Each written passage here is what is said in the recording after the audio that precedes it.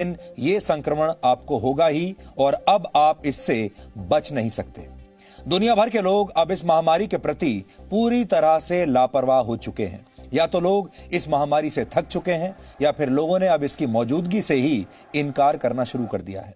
Britain के आधे से ज्यादा शहरों में आज आधी रात के बाद से लॉकडाउन का दूसरा चरण शुरू हो जाएगा। पूरे यूरोप में कोरोना वायरस की सेकेंड वेव ने सरकारों को चिंता में डाल दिया है। लेकिन ये तस्वीरें जो आप देख रहे हैं ये ब्रिटेन से आई हैं, लिवरपूल से आई हैं, जहां लोग लॉकडाउन से पहले सड़कों पर इस तरह से पार्टी कर रहे हैं। भारत में अब भी कोरोना वायरस नियंत्रण में नहीं आया है, फिर भी पूरी दुनिया में लोग लापरवाही के साथ घरों से बाहर निकल रहे हैं और किसी भी कीमत पर पहले जैसा जीवन वो जीना चाहते हैं। लेकिन आज हम इन सारी तस्वीरों के जरिए आपको बताएंगे, ऐसा करके आप ना सिर्फ इस महामारी की उम्र बढ़ा रहे हैं बल्कि अपनी और अपने परिवार की उम्र को घटा रहे हैं। हमने आपको दो तस्वीर दिखाई, लिवरपूल की और दूसरी दिल्ली के सदर बाजार की। आपने देखा होगा दोनों जगह लोग खुलेआम बिना सोशल डिस्टेंसिंग के सड़कों पर निकले हुए हैं, यानी लोगों में कोई फर्क नहीं है। लोग चाहे ब्रिटेन के हों और चाहे भारत के हों, अब कोरोना वायरस से किसी को डर नहीं लगता। ये दो तस्वीरें आज आप देख लीजिए, ये कोरोना वायरस के डर की सच्चाई है आज की। इसके अलावा आज वर्ल्ड फूड डे है, इसलिए आज हम आपकी खाने की थाली का विश्लेषण करेंगे। कहीं आपका खाना ही आपके खाने की थाली में छेद तो नहीं कर रहा। आपका खाना आपको स्वाद तो बहुत देता होगा, आपका पेट भी भरता होगा, लेकिन क्या यह खाना पौष्टिक है? क्या यह खाना आपके शरीर को ताकत भी देता है? एक नई रिपोर्ट के मुताबिक भारत के लोगों की थाली बहुत असंतुलित है और यह असंतुलन लोगों के स्वास्थ्य को बिगाड़ रहा है। इसलिए आज हम आपको आपकी थाली में पौष्टिक तत्वों की कमी के बारे में बताएंगे और यह भी बताएंगे कि आप अपनी थाली को संतुलित और पौष्टिक कैसे बना सकते हैं, यानी स्वाद भी लीजिए और ताकत भी लीजिए।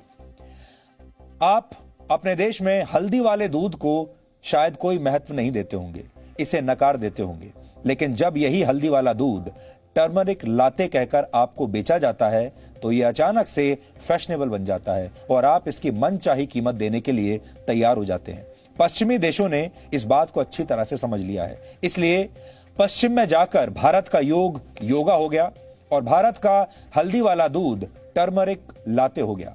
ये वो चीजें हैं जिनका महत्व हमने अपने देश में तो कभी समझा नहीं, लेकिन ये सारी चीजें अब पश्चिमी देशों में सुपर हिट हो रही हैं, इसलिए आज हम इस पर भी बात करेंगे। और आखिर में हम 115 वर्ष पहले आज ही के दिन घटी उस घटना का विश्लेषण करेंगे जिसने भारत को भौगोलिक, सामाजिक और राजनीतिक रूप से पूरी तरह से हमेशा के लिए बदल दिया था। वर्ष 1905 में 16 अक्टूबर के दिन ब्रिटिश सरकार ने तत्कालीन बंगाल के 2 टुकड़े कर दिए थे।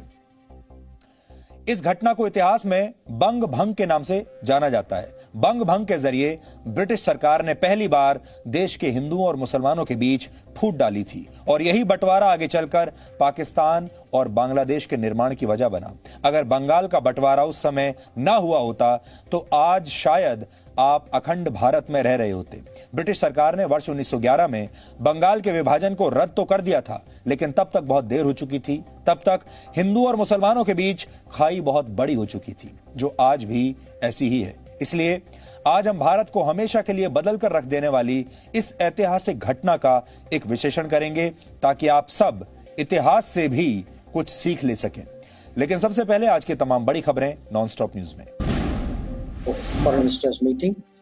विदेश मंत्री एस जयशंकर ने भारत और चीन के बीच सीमा विवाद पर बड़ा बयान दिया है। विदेश मंत्री ने कहा है कि सीमा पर भारत और चीन के बीच झड़प से दोनों देशों के बीच रिश्ते बिगड़े हैं। गलवान में हुई झड़प का गहरा राजनीतिक प्रभाव पड़ा है। भारत के चीन के साथ संबंध 30 साल में बने, जिनका आधार वास्तविक नियंत्रण रेखा पर शांति था, लेकिन गलवान में सैनिकों की झड़प के बाद भारत और चीन के रिश्तों में परेशानी आई। वहीं भारत ने चीन को आर्थिक मोर्चे पर झटका दिया है। चीन के मोबाइल ऐप पर पाबंदी लगाने के बाद भारत ने चीन से रेफ्रिजरेटर और एयर कंडीशनर के आयात पर पाबंदी लगा दी है। केंद्र सरकार ने यह कदम घरेलू मैन्युफैक्चरिंग को बढ़ावा देने और गैर जरूरी सामानों के आयात में कमी लाने के लिए उठाया है। वास्तविक नियंत्रण रेखा पर चीन से जारी तनाव के बीच भारतीय वायुसेना की शक्ति अब और बढ़ने वाली है। भारत को फ्रांस से 3-4 रफाल फाइटर जेट और मिलने वाले हैं। ये नए रफाल फाइटर जेट नवंबर के पहले सप्ताह में भारत आ जाएंगे। हरियाणा के अंबाला एयरबेस पर इन रफाल फाइटर जेट्स की लैंडिंग होनी है। फ्रांस से भारत को मिलने वाले रफाल फाइटर जेट की ये दूसरी खेप होगी। इससे पहले इसी साल 28 जुलाई को 5 रफाल फाइटर जेट भारत को मिले थे। इन्हें 10 सितंबर को भारतीय वायुसेना में शामिल किया जा चुका है। कोई और तो नहीं है, वेपन है। जम्मू कश्मीर के बडगाम में एनकाउंटर के दौरान सुरक्षा बलों ने एक आतंकी को मार गिराया। वहीं दूसरे आतंकवादी ने आत्मसमर्पण कर दिया। आत्मसमर्पण करने वाले इस आतंकवादी का नाम जहांगीर अहमद है। आतंकवादी के आत्मसमर्पण करने पर सुरक्षा बलों ने उसका हौसला बढ़ाया। पानी दो, पानी लाओ, पानी लाओ। आतंकवादी जहांगीर अहमद के आत्मसमर्पण करने पर उसके परिवार वाले भी भावुक हो गए।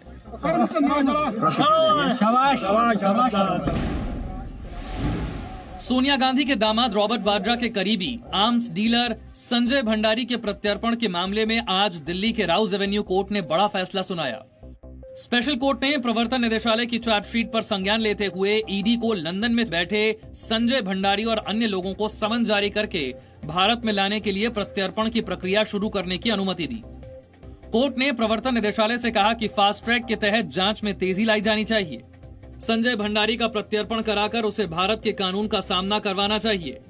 प्रवर्तन निदेशालय को आयकर विभाग के जरिए पता चला था कि संजय भंडारी ने अपने सहयोगियों के साथ मिलकर कई कंपनियों के जरिए विदेश में काफी ज्यादा पैसा ट्रांसफर किया था, जिसकी जांच मनी लॉन्ड्रिंग और ब्लैक मनी एक्ट के तहत की जा रही है।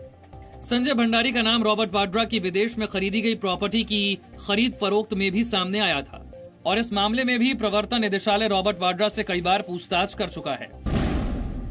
प्रधानमंत्री नरेंद्र मोदी ने खाद्य और कृषि संगठन की 75वीं वर्षगांठ के मौके पर 75 रुपए का स्मारक सिक्का जारी किया। इस मौके पर प्रधानमंत्री मोदी ने नए किसान बिल को किसानों के हित का बताया। उन्होंने कहा कि इस कानून से किसानों की आमदनी दोगुनी होगी। हाल में जो 3 बड़े कृषि सुधार हुए हैं वो देश के एग्रीकल्चर सेक्टर का विस्तार करने में, किसानों की आय बढ़ाने में बहुत महत्वपूर्ण कदम है। प्रधानमंत्री मोदी ने न्यूनतम समर्थन मूल्य और सरकारी खरीद को देश की फूड सिक्योरिटी का अहम हिस्सा बताया। उन्होंने कहा कि इनका जारी रहना स्वाभाविक है। किसानों को लागत का 1.5 गुना दाम एमएसपी के रूप में मिले, इसके लिए भी अनेक कदम उठाए गए हैं। केरल में सोने की तस्करी के मामले में बीजेपी ने आज केरल के मुख्यमंत्री पिनरई विजयन पर सवाल उठाए। मुख्यमंत्री पर गोल्ड घोटाले की पूरी जानकारी होने का आरोप लगाया। बीजेपी ने मुख्यमंत्री के इस्तीफे की मांग करते हुए सोने की तस्करी का संबंध मोस्ट वांटेड आतंकी दाऊद इब्राहिम से होने का आरोप लगाया है। एनआईए ने कोर्ट में ये सबमिट किया है कि इसके जो तार हैं, ये जो भ्रष्टाचार हुआ है केरल में, उसके तार दाऊद इब्राहिम के कंपनी डी कंपनी से जुड़ा हुआ है। इस मामले में नेशनल इन्वेस्टिगेशन एजेंसी यानी एनआईए ने बड़ा खुलासा किया। कोच्चि की स्पेशल कोर्ट के सामने जांच एजेंसी ने कहा कि उसे संदेह है कि रैकेट का दाऊद इब्राहिम के साथ कोई कनेक्शन है। केंद्रीय जांच एजेंसी ने आरोपियों में से 8 की जमानत याचिका का विरोध करते हुए ये बातें कही थी। घोटाले में मुख्यमंत्री के प्रधान सचिव एम शिवशंकर का नाम भी आया था, जिन्हें बाद में पद से हटा दिया गया। कस्टम, प्रवर्तन निदेशालय और सीबीआई भी इससे जुड़े अलग अलग मामलों में जांच कर रही है। आज से न्यूज चैनल्स की दुनिया में टीआरपी फ्री युग की शुरुआत हो गई है, इसलिए हम आपको अब पॉजिटिव खबरें भी दिखा सकते हैं। हो सकता है इस खबर ने कई पत्रकारों के चेहरे की मुस्कान छीन ली हो, क्योंकि अब अगले 12 हफ्तों तक ये पत्रकार शोर मचाकर आपको ये नहीं कह पाएंगे कि उनका चैनल नंबर 1 है। लेकिन आज हम विश्लेषण की शुरुआत एक ऐसी तस्वीर से करना चाहते हैं जो आपके चेहरे पर जरूर मुस्कान ला देगी। ये वायरल तस्वीर एक नवजात बच्ची की है। इस तस्वीर में ये बच्ची अपने डॉक्टर के चेहरे से उनका मास्क हटा रही है। इस तस्वीर में जो डॉक्टर हैं उनके चेहरे पर एक बड़ी सी मुस्कान है। यह तस्वीर यूएई के एक अस्पताल की है और इस डॉक्टर का नाम है डॉक्टर समीर चियाब। डॉक्टर समीर ने खुद ये तस्वीर अपने इंस्टाग्राम पर पोस्ट की थी और अब लोग ये कह रहे हैं कि ये पिक्चर ऑफ द ईयर है, क्योंकि ये तस्वीर इस बात की उम्मीद जगाती है कि जल्द ही इंसानों के चेहरे से ये मास्क हटेगा और मुस्कुराहट से भरे दिन फिर से दिखाई देंगे, मुस्कुराहट से भरे चेहरे फिर से दिखाई देने लगेंगे बिना मास्क के। यानी इस तस्वीर के सहारे लोग कोरोना मुक्त दुनिया का सपना देख रहे हैं। ये तस्वीर आपको एक नई उम्मीद देती है। लेकिन क्या वाकई दुनिया कोरोना वायरस से मुक्त होने के लिए ईमानदारी से कोई कोशिश कर भी रही है या नहीं? या फिर अभी फेस मास्क के पीछे छिपे चेहरों की मुस्कुराहट देखने के लिए हमें और भी बहुत लंबा इंतजार करना पड़ेगा? हम ऐसा इसलिए कह रहे हैं क्योंकि आज हमारे पास कुछ ऐसी तस्वीरें आई हैं जो ये साबित करती हैं कि अभी कोरोना वायरस के खिलाफ इंसानों को बहुत लंबा संघर्ष करना होगा। आप सबको भी बहुत लंबा संघर्ष करना पड़ेगा। लेकिन अफसोस ये है कि इस लंबे संघर्ष के लिए कोई और नहीं बल्कि खुद इस दुनिया के लोग ही जिम्मेदार हैं। हमारी ये बात समझने के लिए आप पहले ये तस्वीरें देखिए। पहली तस्वीर ब्रिटेन के लिवरपूल इलाके की है, जहां 2 दिन पहले हजारों की संख्या में लोगों ने लिवरपूल की सड़कों पर इस तरह से जश्न मनाया और पार्टी की। इस दौरान लोगों ने ना तो सोशल डिस्टेंसिंग का कोई ध्यान रखा और ना ही ज्यादातर लोगों ने फेस मास्क का इस्तेमाल किया। बिना फेस मास्क के, बिना सोशल डिस्टेंसिंग के लोग सड़कों पर पार्टी कर रहे थे। लिवरपूल के सभी क्लब्स और बार्स लोगों से खचाखच भरे हुए थे और इन जगहों पर सोशल डिस्टेंसिंग के नियमों की परवाह किसी को नहीं थी। तस्वीरें देखिए आप।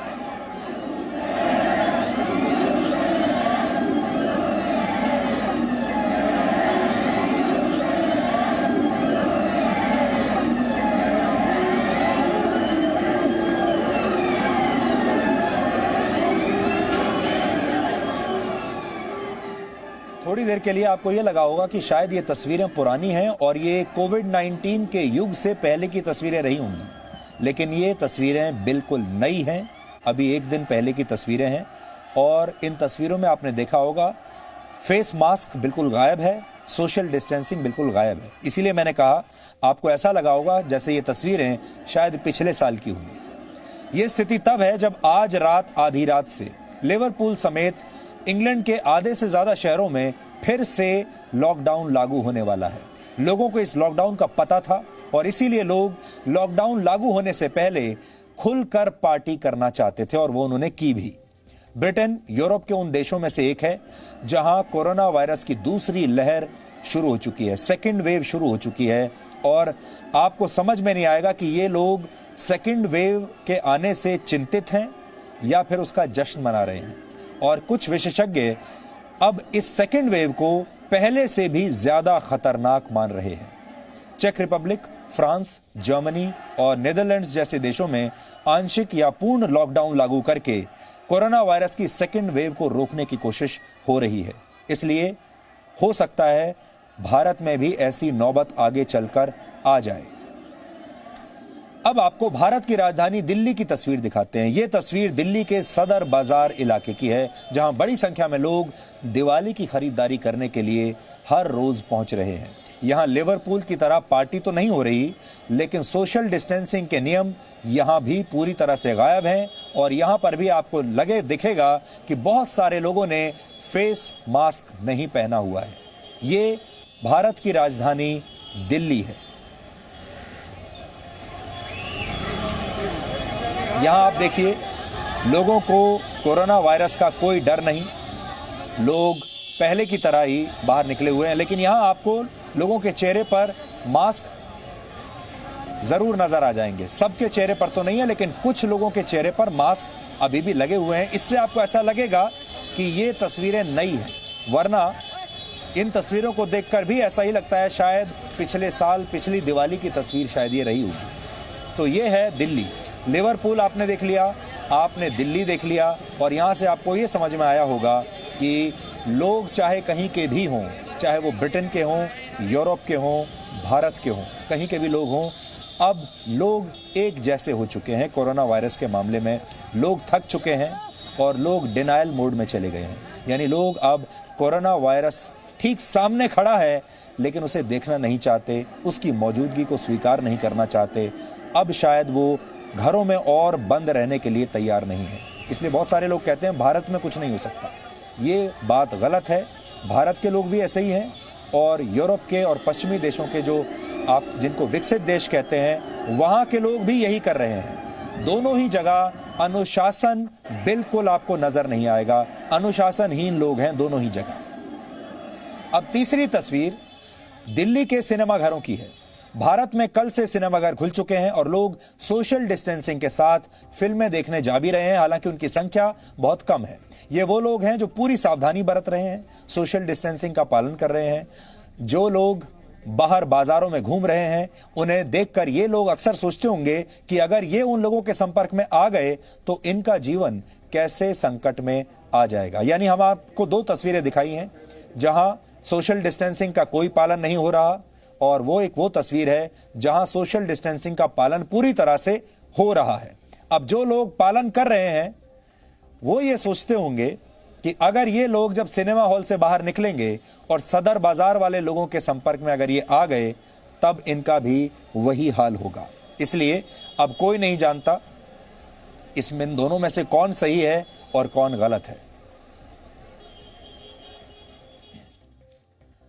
अब सवाल यह है कि जब कोरोना वायरस का खतरा दूर नहीं हुआ है तो लोग अब भी संक्रमित हो रहे हैं और लोगों की जान भी जा रही है, मर भी रहे हैं, तो फिर लोग लापरवाही क्यों कर रहे हैं? इसके सिर्फ दो कारण हैं। पहला यह कि लोग शायद डिनायल मोड में चले गए हैं, यानी लोगों ने कोरोना वायरस की मौजूदगी से ही इनकार कर दिया है। वो भूल गए हैं कि ऐसी कोई महामारी कभी आई भी थी, या फिर लोग इस महामारी से अब इतना थक चुके हैं और तमाम खतरों के बावजूद किसी भी कीमत पर अब घर से बाहर निकलना चाहते हैं, या फिर अपने रोजगार की तलाश में जा रहे हैं। इस स्थिति को पैंडेमिक फटीग यानी महामारी से होने वाली थकावट कहा जाता है। यह वो स्थिति होती है जब किसी संकट का सामना करते करते आपका मन और शरीर पूरी तरह से थक जाते हैं, यानी आप बर्न आउट होने लगते हैं। बर्न आउट एक ऐसी स्थिति है जब आपके शरीर और मन में जरा भी ऊर्जा नहीं बचती और आप किसी भी कीमत पर बंधनों को तोड़ना चाहते हैं, और वही आपको आज अपनी स्क्रीन पर दिख रहा है। लेकिन हमारी आपसे अपील है, अभी थोड़े दिन और धैर्य के साथ समय बिताइए, थोड़े दिन और इन बंधनों को रहने दीजिए, थोड़े दिन और इन बंधनों के साथ अपना जीवन बिताइए अगर आप लंबे समय तक जिंदा रहना चाहते हैं तो। जब भारत में लॉकडाउन लगाया गया था तब इस वायरस के संक्रमण के सिर्फ 500 मामले आए थे और उस समय लॉकडाउन हो गया था 500 मामलों में ही। और अब जब यह संख्या 1 करोड़ की तरफ बढ़ रही है तब लोग पूरे लापरवाह होकर घरों से बाहर निकल रहे हैं। यानी जब कोरोना वायरस जरा सा था तब डर बहुत ज्यादा था, और आज जब संक्रमण का खतरा सबसे ज्यादा है तो डर बहुत जरा सा रह गया है। यह तस्वीर आप इस बार चार्ट के जरिए देख सकते हैं। पहले केस कम थे, डर ज्यादा था, अब केस ज्यादा है, डर कम है। पूरी दुनिया में कोरोना वायरस के मरीजों की संख्या 4 करोड़ के आसपास पहुंच गई है। इनमें से 10 लाख लोग मर चुके हैं। भारत में संक्रमित लोगों की संख्या 70 लाख से ज्यादा है। इनमें से 1,12,000 लोगों की मौत हुई है। भारत में संक्रमण के नए मामलों में कमी जरूर आई है, लेकिन अभी यह महामारी अपने अंत से बहुत दूर है। लेकिन ये तस्वीरें देखकर ऐसा लगता है शायद लोग अब कोविड-19 के साथ सहज हो गए हैं। अब उन्होंने इस वायरस को अपने जीवन में स्वीकार कर लिया है। लोगों ने इसकी सच्चाई को स्वीकार कर लिया, मान लिया कि कोरोना वायरस का संक्रमण तो एक न एक दिन होना तय है। कोविड-19 अपने साथ अनुशासन लाया था, लेकिन अनुशासन के इस टेस्ट में लोग 7-8 महीनों में ही फेल हो गए। लोग सावधानी बरतने के बजाय ऐसी दवाएं खाने के लिए तैयार हैं जो उन्हें इस वायरस से बचाने का भरोसा दिलाती हैं। दवा खाना मंजूर है लेकिन अनुशासन नहीं। यह वायरस एक खतरनाक महामारी जरूर है, लेकिन इसकी मारक क्षमता एक महामारी से बहुत कम है, और उस महामारी का नाम है भूख। संयुक्त राष्ट्र की एक रिपोर्ट के मुताबिक पूरी दुनिया में हर साल जितने लोग एड्स, टीबी और मलेरिया से नहीं मरते, उससे ज्यादा लोग भूख की वजह से मर जाते हैं। इस रिपोर्ट के मुताबिक पूरी दुनिया में हर साल भूख की वजह से 90 लाख लोगों की मौत होती है। फिर भी हम भूख के बारे में बात नहीं करते, हंगर के बारे में बात नहीं करते। इसलिए आज, क्योंकि आज वर्ल्ड फूड डे है, विश्व खाद्य दिवस के मौके पर आज के विशेषण वाले मेन्यू में हमने भूख की समस्या को सबसे ऊपर जगह दी है। वर्ल्ड फूड डे के मौके पर ग्लोबल हंगर इंडेक्स के भी आंकड़े आए हैं, और इस इंडेक्स में भारत की स्थिति को देखकर आपको पीड़ा होगी, गुस्सा भी आएगा, और अगर आप भोजन की बर्बादी करते हैं तो शायद कुछ शर्म भी आएगी। 2020 के ग्लोबल हंगर इंडेक्स में कुल 107 देशों को शामिल किया गया है, और इसमें भारत 94 नंबर पर है, जबकि पाकिस्तान, बांग्लादेश, श्रीलंका, नेपाल और यहां तक कि तंजानिया बुर्किना फासो और इथोपिया जैसे पिछड़े हुए देश भी भारत से बेहतर स्थिति में हैं। इस रिपोर्ट के मुताबिक बच्चों के कुपोषण के मामले में भारत दुनिया में पहले नंबर पर है, वर्ल्ड चैंपियन है।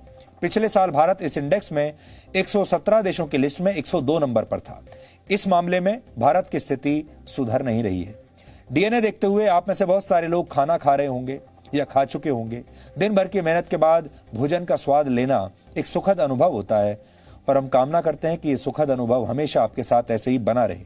लेकिन क्या आप जानते हैं, ठीक इसी वक्त भारत में करीब 19 करोड़ लोग भूखे पेट सोने की तैयारी कर रहे हैं क्योंकि उनके पास खाना नहीं है। संयुक्त राष्ट्र की एक संस्था फूड एंड एग्रीकल्चर ऑर्गेनाइजेशन के मुताबिक पूरी दुनिया में पैदा होने वाला 33% भोजन कभी भी किसी जरूरतमंद की थाली तक पहुंचता ही नहीं। करीब 45% फल और सब्जियां लोगों तक पहुंचने से पहले ही बेकार हो जाती हैं। 35% सी फूड, 30% अनाज का भी यही हाल होता है और जबकि 20% दूध से बने उत्पाद और 20% मीट भी लोगों का पेट भरने के काम आ ही नहीं पाता। एक अनुमान के मुताबिक पूरी दुनिया में बर्बाद होने वाले भोजन का अगर सिर्फ 25% भी बचा लिया जाए तो दुनिया भर के 82 करोड़ भूखे लोगों का पेट भर सकता है। संयुक्त राष्ट्र के मुताबिक पूरी दुनिया में हर साल बर्बाद होने वाले भोजन का वजन 130 करोड़ टन से ज्यादा है। जब हमने इस संख्या को स्क्रीन पर किलोग्राम के हिसाब से लिखने की कोशिश की तो हमें 13 के आगे 11 शून्य लगाने पड़े। ये 4000 एम्पायर स्टेट बिल्डिंग और 70 लाख ब्लू व्हेल्स के वजन के बराबर है। विकसित देश करीब 47 लाख करोड़ रुपए की कीमत का भोजन बर्बाद करते हैं, जबकि विकासशील देशों में 22 लाख करोड़ रुपए का खाना हर साल बर्बाद होता है। अमेरिका के संस्थापकों में से एक बेंजामिन फ्रैंकलिन ने कहा था, मैंने जितने लोगों को भूख से मरते हुए देखा है उससे कहीं ज्यादा लोगों को ज्यादा भोजन की वजह से मरते हुए देखा है। बेंजामिन फ्रैंकलिन ने यह बात आज से 300 वर्ष पहले कही थी। आज भी मोटापा दुनिया की सबसे बड़ी समस्या है और इस मोटापे की एक बड़ी वजह यह है कि लोगों के खाने की थाली का आकार तो लगातार बड़ा हो रहा है, खाने की संख्या बढ़ रही है, लेकिन लोगों को यह नहीं पता कि उन्हें खुद को स्वस्थ रखने के लिए कैसा भोजन करना है और कितना भोजन करना है। भारत में पोषण का पैमाना तय करने वाली संस्था नेशनल इंस्टीट्यूट ऑफ न्यूट्रिशन ने एक रिपोर्ट जारी की है। इसका विषय है व्हाट इंडिया ईट्स, यानी भारतीय लोग क्या खाते हैं। हम आपको यह बताएं कि आपकी थाली में क्या कमी है, उससे पहले यह बताते हैं कि आपकी थाली में क्या होना चाहिए और क्या नहीं होना चाहिए। इस रिपोर्ट के मुताबिक दिन भर में एक व्यक्ति को 150 ग्राम फल, 90 ग्राम दाल, अंडे या मांसाहार, 20 ग्राम ड्राई फ्रूट्स, 27 ग्राम तेल या घी, 270 ग्राम अनाज, 350 ग्राम हरी सब्जियां और कम से कम 300 मिलीलीटर दूध या दही खाना चाहिए। यह आपका स्टैंडर्ड डाइट है। इतना भोजन आपको जरूर करना चाहिए अगर आप स्वस्थ रहना चाहते हैं, ना इससे कम और ना इससे ज्यादा। अब आपको इस रिपोर्ट की 4 बड़ी बातें बताते हैं। एक व्यक्ति को औसतन एक दिन में 2000 कैलोरीज की जरूरत होती है। आप नोट कर लीजिए, याद कर लीजिए, आपको 2000 कैलोरीज की जरूरत है एक दिन में। भारत के शहरों में एक व्यक्ति 1943 कैलोरीज और गांव में 2081 कैलोरीज लेता है। यानी कैलोरीज का गणित तो लगभग पूरा है, लेकिन स्वास्थ्य का हिसाब किताब ठीक नहीं है। गांवों और शहरों की थाली में एक बहुत बड़ा अंतर है। गांवों की थाली में गेहूं, जौ, बाजरा और मक्का जैसे अनाज करीब 65% तक होते हैं, जबकि शहरों की थाली में अनाज सिर्फ 51% होते हैं। गांव के मुकाबले शहरों की थाली में फैट और ऑयल की मात्रा करीब दुगनी है। शहरों में रहने वाले लोग तकरीबन 13% फैट यानी घी और तेल से बनी चीजें खा रहे हैं। इनमें सबसे बड़ा योगदान जंक फूड का है, जिसे आप फास्ट फूड भी कहते हैं, जबकि गांव के लोगों की थाली में इस तरह के खाने की हिस्सेदारी सिर्फ 7% है। आपके मन में यह सवाल भी आता होगा कि आप जो खाना खा रहे हैं उसमें कितनी कैलोरीज हैं। इसे आप कुछ ऐसी चीजों के उदाहरण से समझ सकते हैं जो अक्सर आपकी थाली का हिस्सा होती हैं। जैसे एक रोटी में 80 कैलोरी होती है, लेकिन एक पराठे में रोटी के मुकाबले दुगनी यानी 150 कैलोरीज होती हैं। 250 ग्राम चावल में 170 कैलोरीज, 100 ग्राम दाल में 100 कैलोरीज और 250 ग्राम सब्जी में 170 कैलोरीज होती हैं। एक उबले हुए अंडे में 90 कैलोरीज होती हैं। अगर आप कॉर्नफ्लेक्स को कम कैलोरीज वाला आहार मानते हैं तो ये जान लीजिए 250 ग्राम कॉर्नफ्लेक्स में 220 कैलोरीज होती हैं। इसी तरह 250 ग्राम पोहा से 270 कैलोरीज आपके शरीर में जाती हैं। 2 इडली में 150 कैलोरीज होती हैं और एक समोसा अगर आपने खा लिया तो 200 कैलोरीज आपके शरीर में प्रवेश कर जाएंगी। समोसे के साइज पर भी निर्भर करता है। एक कप चाय में 75 कैलोरीज होती हैं। आप में से बहुत सारे लोग दिन भर में कई बार चाय पीते होंगे। जो लोग चाय के बड़े शौकीन हैं वो नोट कर लें, एक चाय में 75 कैलोरीज होती हैं। अगर आप दिन में कई बार चाय पीते हैं तो अब आप कैलोरीज अपनी गिन कर रखिए। 200 मिलीलीटर कोल्ड ड्रिंक में 150 कैलोरीज और पिज्जा के एक स्लाइस में भी 200 कैलोरीज होती हैं। सिर्फ 100 ग्राम केसर के हलवे में 320 कैलोरीज होती हैं। तो जब अगली बार हलवा खाएं, खासतौर पर केसर का हलवा, तो इस कैलोरी का जो हमने आपको आंकड़ा बताया है इसे जरूर याद कर लें। एक रिसर्च के मुताबिक भारत के गांवों में 63% लोग पौष्टिक भोजन खरीद नहीं सकते, खरीद ही नहीं पाते, उनके पास पैसा नहीं है। 63% लोग पौष्टिक भोजन नहीं खरीद सकते। देश के गांवों में रहने वाले हर 10 में से 6 व्यक्तियों को पोषक तत्वों वाला आहार नहीं मिलता।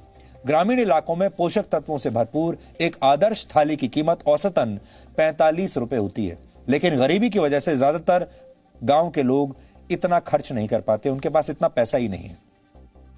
यानी एक तरफ तो भारत में करोड़ों लोग आज भी हर रात भूखे सोते हैं, दूसरी तरफ जिन लोगों को भरपेट खाना मिलता है उन्हें यह नहीं पता कि क्या खाना है और क्या नहीं खाना। यानी केसर का हलवा किस मात्रा में खाना है, गुलाब जामुन कितने खाने हैं, चाय कितनी पीनी है और समोसे कितने खाने हैं।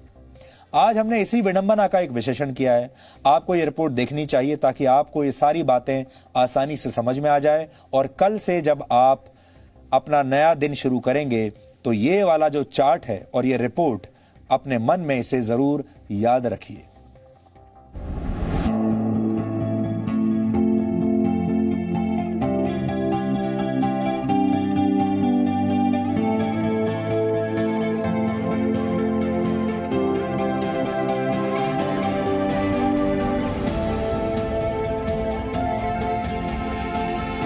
भारतीय गृहिणी के मन में रोजाना आने वाला सबसे बड़ा सवाल, आज खाने में क्या बनाया जाए। खाने पीने पर रोजाना चर्चा करके मेन्यू तय करने वाले हम भारतीयों के मन में भोजन के बारे में सोचते ही स्वाद का ख्याल पहले आता है और सेहत का थोड़ा बाद में। प्रायोरिटी तो टेस्ट को दी जाती है, लेकिन हेल्थ का भी ख्याल रखा जाता है। टेस्ट के साथ साथ हेल्थ भी सही रहनी चाहिए। मेरे प्लेट में बिरयानी होगी, तंदूरी होगा, चिकन कौरमा होगा और तंदूरी नान होगी। अच्छा। ये सब मस्ट है मेरे लिए, अगर मेरे मन का हो तो। मैं और मेरे हस्बैंड बहुत लाइट खाना पसंद करती हूँ और मैं चाहती हूँ कि हेल्दी हो। दाल रोटी खाओ, प्रभु के गुण गाओ। भारतीयों के खान पान को मोटे तौर पर इस एक कहावत से समझा जा सकता है। लेकिन अब भारत में ही की गई एक रिसर्च ये बताती है कि भारतीयों की थाली भरी हुई तो होती है लेकिन पोषक नहीं होती। स्वाद से भरी हुई लेकिन पोषक तत्वों के मामले में खाली इस थाली का नतीजा ये है कि भारत में मोटापा बढ़ता जा रहा है। नेशनल इंस्टीट्यूट ऑफ न्यूट्रिशन की हाल ही में जारी की गई एक रिपोर्ट के मुताबिक पेट के घेरे का मोटापा यानी तोंद, जिसे डॉक्टर सबसे खतरनाक मानते हैं, ऐसे लोगों की संख्या शहरी भारत में 53% है। इनमें से 61% उत्तर भारतीय तोंद वाले मोटापे से ग्रस्त हैं और 42% मध्य भारत में। तोंद वाले मोटापे के शिकार लोगों की संख्या गांव में 18% के लगभग है, जिसमें से 25% दक्षिण भारत में और सबसे कम 11% पूर्वोत्तर भारत में है। अगर आप जानना चाहते हैं कि आप मोटे हैं या नहीं, तो इसके लिए आपको अपना BMI यानी बॉडी मास इंडेक्स चेक करना चाहिए। इसका फॉर्मूला है वजन किलोग्राम में नापें और लंबाई को मीटर स्क्वायर में नापकर इसे आपस में विभाजित कर दें। अगर नतीजा 19 से 25 के बीच में आता है तो आप सेहतमंद हैं। लेकिन अगर नतीजा 19 से कम है तो आपका वजन कम है। लेकिन अगर नतीजा 25 से ज्यादा है तो आप मोटे लोगों की श्रेणी में आते हैं।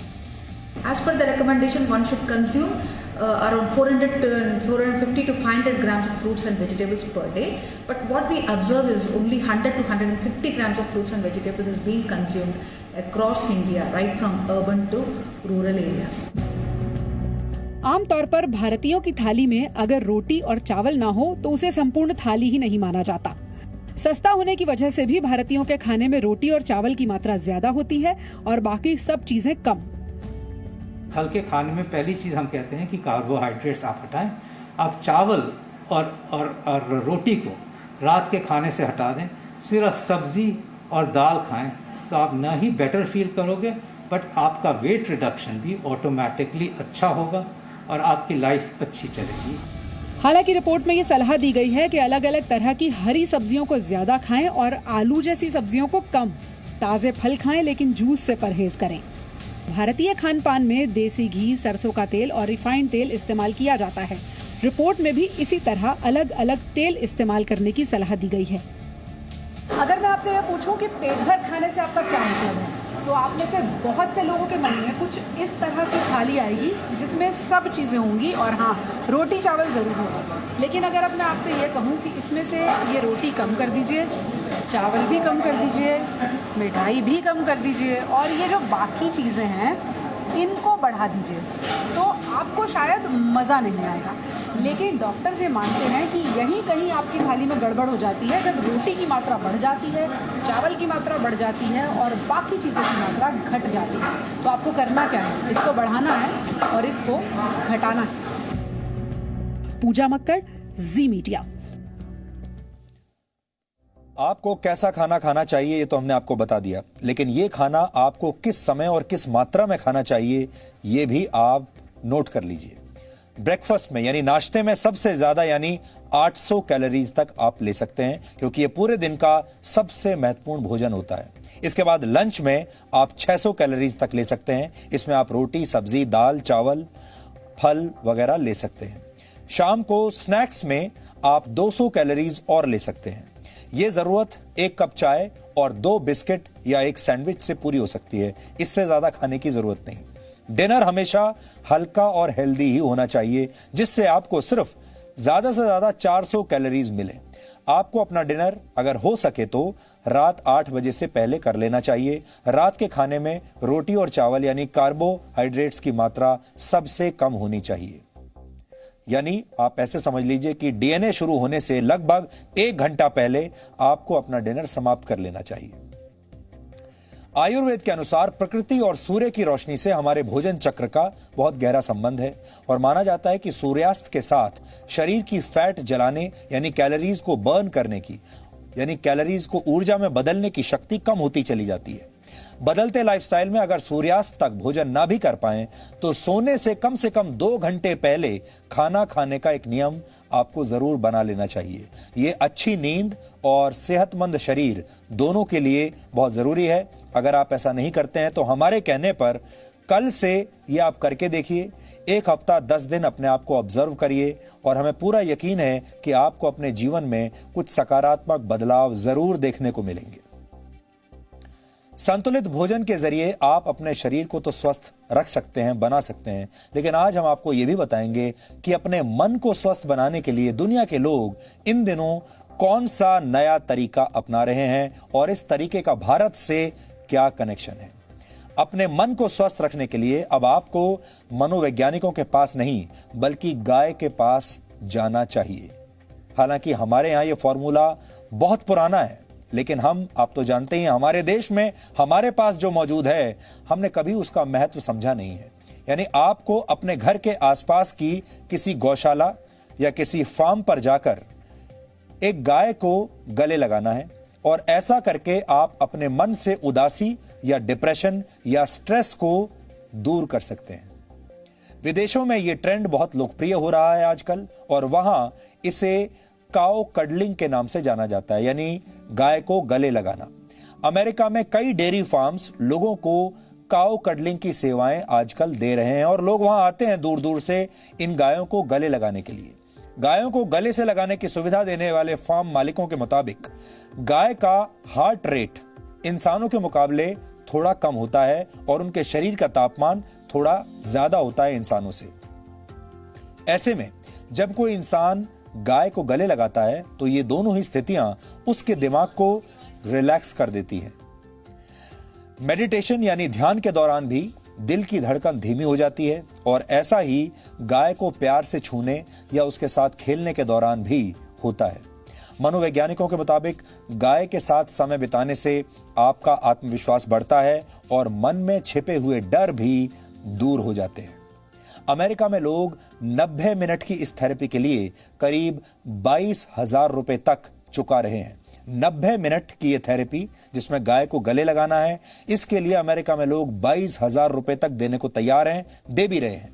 यूरोप और अमेरिका में यह थेरेपी निराश और एंजाइटी के शिकार लोगों की बहुत मदद कर रही है। स्विट्जरलैंड और नेदरलैंड्स में 3 घंटे तक काऊ कडलिंग के लिए लोग लगभग 4,000 रुपए चुका रहे हैं और वहां इस प्रक्रिया को एक खास नाम दिया गया है जिसे कहते हैं काउम्युनिकेशन। आपने सुना होगा, अंग्रेजी का नाम है कम्युनिकेशन। उस कम्युनिकेशन को उन्होंने कर दिया है काउम्युनिकेशन, काऊ के साथ कम्युनिकेशन, यानी गाय के साथ संवाद, अगर हिंदी में इसकी बात करें तो। हमारे देश में जब हम किसी भोले भाले व्यक्ति की तारीफ करते हैं तो अक्सर कहते हैं ये तो गाय की तरह सीधा है। गाय का यही सीधा और शांत स्वभाव अब दुनिया भर के लोगों को भा रहा है, उन्हें पसंद आ रहा है। भारत दुनिया का अकेला ऐसा देश है जहां गाय को मां का दर्जा दिया गया है, लेकिन अब ये गायें दुनिया भर के लोगों को भी मां की तरह प्यार दे रही हैं और उनके दिमाग को शांत बना रही हैं, उनके स्ट्रेस को कम कर रही हैं। ठीक वैसे ही जैसे जब आप अपनी मां की गोद में लेट जाते हैं तो आप सारी दुनिया के दुख दर्द भूल जाते हैं, सारी टेंशन, सारा स्ट्रेस आप भूल जाते हैं। यानी गाय अब सिर्फ भारत नहीं बल्कि जगत माता बनने की राह पर है।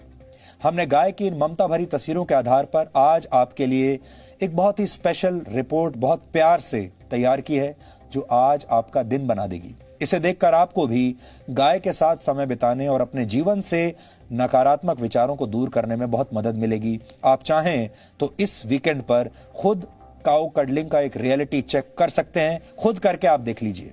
हमें भरोसा है इससे आपको मानसिक शांति जरूर मिलेगी।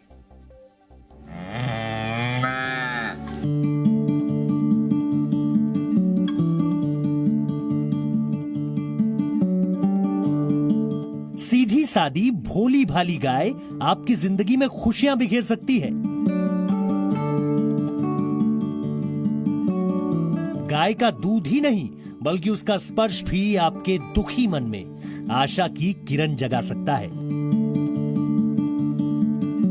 गाय को गले लगाना, उसकी पीठ थपथपाना, उसके साथ खेलना और उसे प्यार से सहलाना उदासी से भरे आपके मन के लिए मरहम का काम कर सकता है। यूरोप और अमेरिका में काऊ कडलिंग का इस्तेमाल एक मनोवैज्ञानिक इलाज पद्धति के तौर पर किया जा रहा है। काऊ कडलिंग की सुविधा देने वाले विशेषज्ञ मानते हैं कि गाय का भोलापन और शांत बर्ताव उन लोगों को फायदा पहुंचाता है जो मानसिक परेशानी के दौर से गुजर रहे हैं। बड़ों के साथ साथ बच्चों को भी गाय का ये साथ खूब लुभाता है। तनाव और एंजाइटी भरी जिंदगी में ये गायें बड़ी खामोशी के साथ इंसानों की मदद कर रही हैं। भारत में गायों को प्यार किया जाता है, लेकिन विदेशों में इस जानवर की यही मासूमियत कारोबार की शक्ल ले रही है। भारत के राष्ट्रपति ने वर्ष 2019 में मूल रूप से जर्मनी की निवासी फ्रेडरिक एरिना को पद्मश्री से सम्मानित किया था।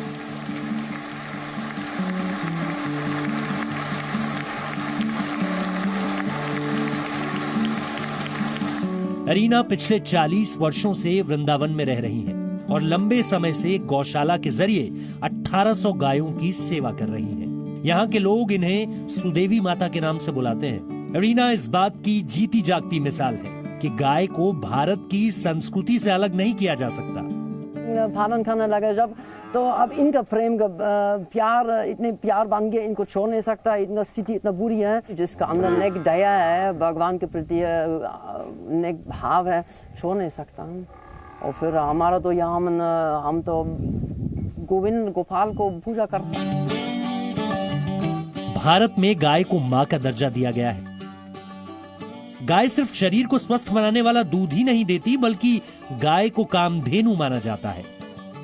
गाय के दूध से बनने वाले उत्पादों के अलावा गाय का गोबर और गौमूत्र भी बड़े काम के हैं। यानी गाय सिर्फ नेमतों का खजाना नहीं है, बल्कि आपके मन और मस्तिष्क की समस्याओं के इलाज की संजीवनी भी गाय के पास है।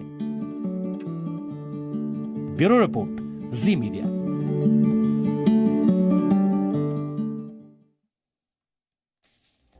गाय को प्रेम करके खुद को स्वस्थ बनाने का जिक्र भारतीय चिकित्सा पद्धति में कई बार आता है, लेकिन यह प्रक्रिया विदेशों में जाकर तो काऊ कडलिंग बन जाती है, जबकि हमारे देश में हम ही लोग इसे कोई महत्व नहीं देना चाहते। इसलिए गाय के महत्व को समझने के लिए आपको उसके आर्थिक पक्ष को भी आज समझना होगा। आप इसे काउनोमिक्स यानी गाय का अर्थशास्त्र भी कह सकते हैं। वर्ष 2012 में किए गए लाइव स्टॉक सेंसस के मुताबिक भारत में कृषि के लिए इस्तेमाल होने वाले जानवरों की संख्या लगभग 51 करोड़ थी और इनमें से 11 करोड़ गाय हैं।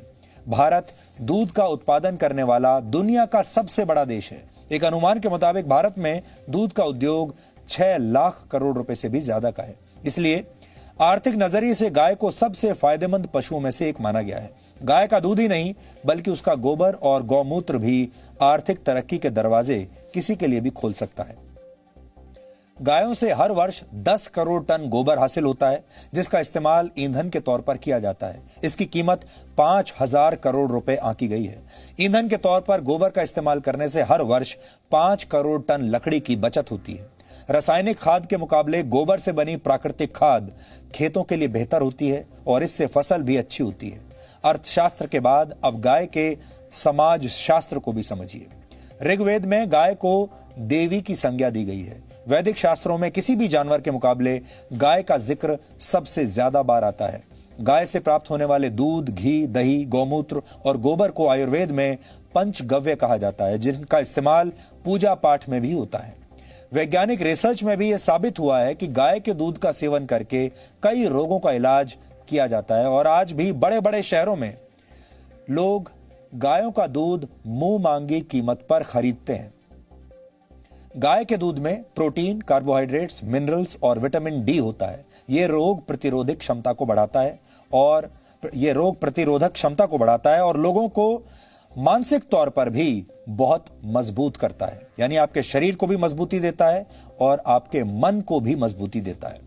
कुल मिलाकर गाय पर भले ही हमारे देश में अक्सर राजनीति होती रही है, लेकिन गाय का दूध, गोबर और गौमूत्र समाज के काम आता है। यानी गाय आर्थिक और सामाजिक तौर पर देश के लिए एक कामधेनु जैसी है।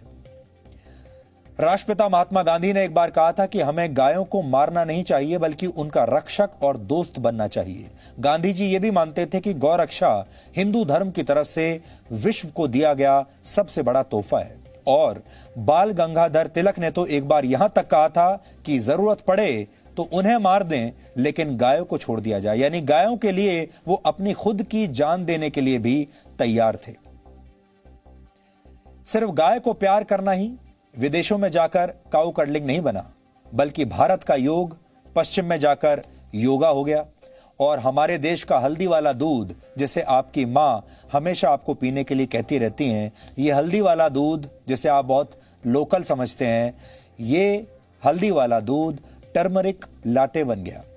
हमने अपनी ही परंपराओं और संस्कृति को पिछड़ेपन की निशानी मान लिया, जबकि यही चीजें विदेशों में जाकर सुपर हिट हो गईं, विदेशों में जाकर ट्रेंड कर रही हैं। प्राचीन काल से भारत में योग जीवन का बहुत महत्वपूर्ण हिस्सा है, लेकिन भारतीयों ने इसे तब अपनाया जब योग योगा हो गया।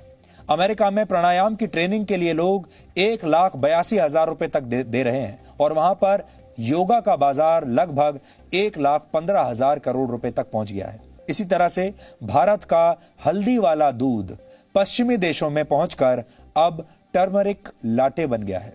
इटालियन भाषा में लाटे का मतलब होता है दूध, यानी इसका मतलब भी वही है, हल्दी वाला दूध। तो हल्दी वाला दूध जब आपको यहां भारत में बताया जाएगा तो आप उसकी कद्र नहीं समझेंगे, लेकिन जब यह कहा जाएगा कि आप टर्मरिक लाटे पी लीजिए तो आप मुंह मांगा पैसा देकर उसे खरीदेंगे।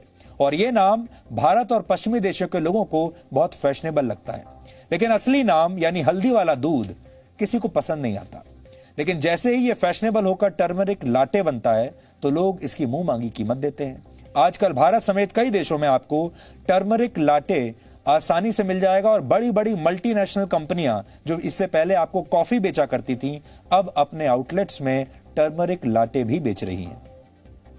यह अमेरिका और ब्रिटेन में एक लोकप्रिय ड्रिंक बन चुका है और वर्ष 2025 तक पूरी दुनिया में हल्दी का बाजार 14,500 करोड़ रुपए से ज्यादा का होने की उम्मीद है। भारत के गांवों में टूथब्रश के बदले नीम के दांतों का प्रयोग अक्सर किया जाता है और वहां यह बिल्कुल मुफ्त में मिलता है, लेकिन विदेशों में इसे च्यू स्टिक्स का नाम दिया गया है और इसकी कीमत 200 रुपए तक होती है। आपने अपने बुजुर्गों को अक्सर गांव में चारपाई का इस्तेमाल करते हुए जरूर देखा होगा। हमारे गांव में आज भी आपको चारपाइयां मिल जाएंगी। भारत में एक चारपाई की कीमत औसतन लगभग 500 रुपए के आसपास होती है, लेकिन ऑस्ट्रेलिया में ऐसी चारपाई 50,000 रुपए में बिक रही है और वहां इसे ट्रेडिशनल इंडियन डे बेड के नाम से बेचा जा रहा है। हमारे देश में गौमूत्र को लेकर बहुत सारे लोगों के मन में गलत धारणाएं हैं। लोग मजाक उड़ाते हैं। पेट संबंधी बीमारियों में आयुर्वेद गौमूत्र के सेवन की सलाह देता है और कई गंभीर बीमारियों में भी यह फायदेमंद होता है। और अब विदेशी कंपनियों ने इसी गौमूत्र के 7 पेटेंट्स हासिल कर लिए हैं। सिर्फ परंपराएं ही नहीं, पश्चिम में अब भारत की पूजा करने की पद्धति भी मशहूर होने लगी है। हमारे देश में पत्थरों की पूजा की जाती है, अब अमेरिका में इसकी नकल की गई है और वहां पर इसे ग्रैटिट्यूड रॉक का नाम दिया गया है। वहां के लोग इस पत्थर को प्रकृति से जुड़ने का एक माध्यम मान रहे हैं। कई पश्चिमी देश खुद को आधुनिक और हमें थर्ड वर्ल्ड कंट्री मानते हैं। हालांकि भारत का प्राचीन ज्ञान भी बहुत हद तक विज्ञान पर आधारित है और समय समय पर यह बात साबित भी होती रही है। और यही वजह है कि अब पश्चिमी देश भी हमारी परंपराओं और प्राचीन ज्ञान को अपना रहे हैं। न सिर्फ अपना रहे हैं, इसे बेच रहे हैं। आप इसे भारत की सॉफ्ट पावर कह सकते हैं। भारत अपनी सॉफ्ट पावर को कभी समझ नहीं पाया, लेकिन हम अपनी इस सॉफ्ट पावर को संभाल कर रखने में नाकाम साबित हुए हैं और अभी भी देर नहीं हुई है। अगर आप सब लोग इस मुहिम में शामिल हो गए तो आज भी भारत अपनी इस सॉफ्ट पावर के जरिए दुनिया में बहुत शक्तिशाली बन सकता है। अब 4 मिनट का एक ब्रेक ले लेते हैं। ब्रेक के बाद हम आपको आज से 115 वर्ष पहले घटी एक घटना के बारे में बताएंगे जिसने भारत को भौगोलिक, सामाजिक और राजनीतिक रूप से हमेशा के लिए बदल दिया। इस घटना को इतिहास में बंग भंग के नाम से जाना जाता है। वर्ष 1905 में हुए बंगाल के इस विभाजन ने कैसे हमेशा के लिए हिंदुओं और मुसलमानों के बीच नफरत की दीवार खड़ी कर दी, अंग्रेजों का यह क्या फॉर्मूला था, यह हम आपको इस ब्रेक के बाद बताएंगे, 4 मिनट के बाद।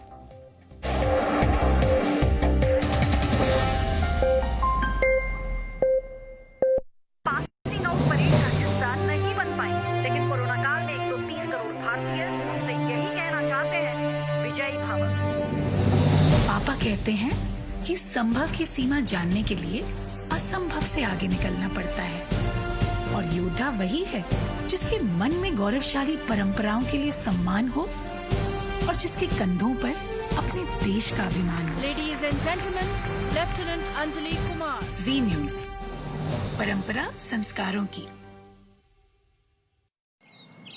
सपने एक स्पर्श से जगते हैं।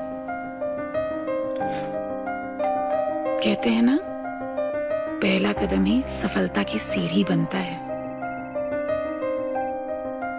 Yes, I know. How can I forget that?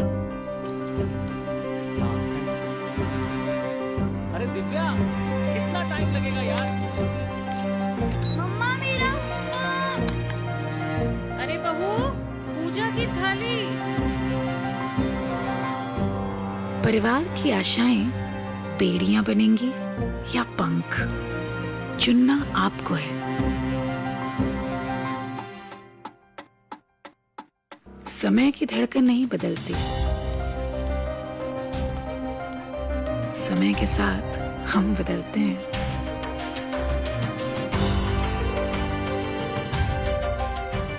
क्योंकि जब अपने संस्कारों के लिए सम्मान हो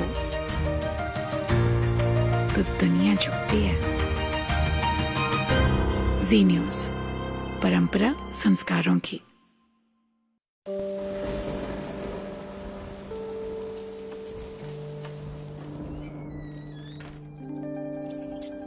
ये मेरे पापा हैं। हो सकता है ये कुछ बातें भूल जाते हैं, लेकिन मुझसे जुड़ी हर यादें मन की परतों में ठीक वैसे ही सजा रखी हैं जैसे इस अलमारी में कपड़ों की तहें। उनके संघर्ष की धूप ने मुझे लक्ष्य पाने की सीख दी है और उनकी सांवली छाया ने माँ के संस्कार।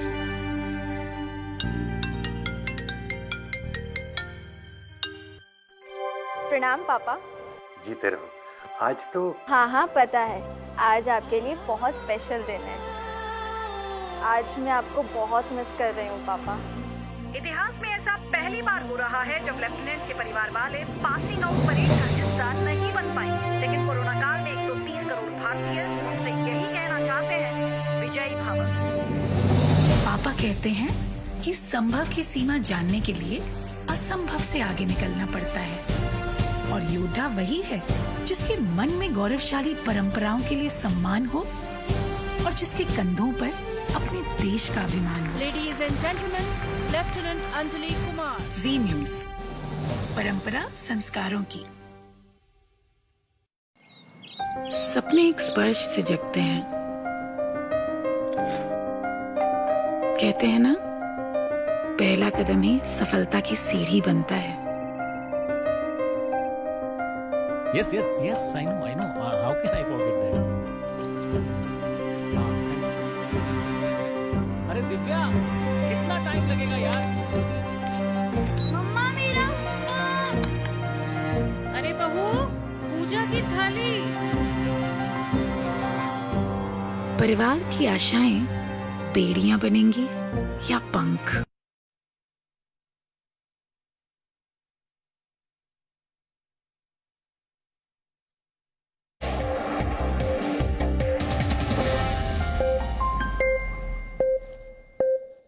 अब हम आपको एक बहुत बड़ी ऐतिहासिक घटना के बारे में बताना चाहते हैं जिससे आप बहुत कुछ सीख सकते हैं। आज से ठीक 115 वर्ष पहले यानी 16 अक्टूबर 1905 को बंगाल का विभाजन हुआ था। बंगाल को दो हिस्सों में बांट दिया गया था। यह विभाजन भारत में तत्कालीन ब्रिटिश वाइसराय और गवर्नर जनरल लॉर्ड कर्जन ने किया था। 115 वर्ष पहले हुए बंगाल के विभाजन ने देश की भौगोलिक, सामाजिक, धार्मिक और राजनीतिक स्थिति को बदल कर रख दिया था। अगर यह विभाजन उस समय नहीं हुआ होता तो शायद आज भारत की स्थिति बिल्कुल कुछ और होती। बंगाल का विभाजन आजादी के आंदोलन और भारत पाकिस्तान के बंटवारे की नींव बन गया था। यह भारत में अंग्रेजों की बांटो और राज करो की नीति का सबसे पहला प्रयोग था। डिवाइड एंड रूल पॉलिसी का पहला फॉर्मूला यहीं से शुरू हुआ था। बंगाल देश का सबसे बड़ा पूर्वी हिस्सा था। एक ऐसा इलाका था जहां 20वीं सदी की शुरुआत से ही अंग्रेजी शासन के खिलाफ बहुत ज्यादा गुस्सा था। बंगाल प्रांत में वर्तमान के पश्चिम बंगाल, बांग्लादेश, बिहार, झारखंड, उड़ीसा, असम और छत्तीसगढ़ के कुछ हिस्से शामिल थे। सोचिए, इतना विशाल था। वर्ष 1905 में बंगाल की जनसंख्या 8 करोड़ से ज्यादा थी।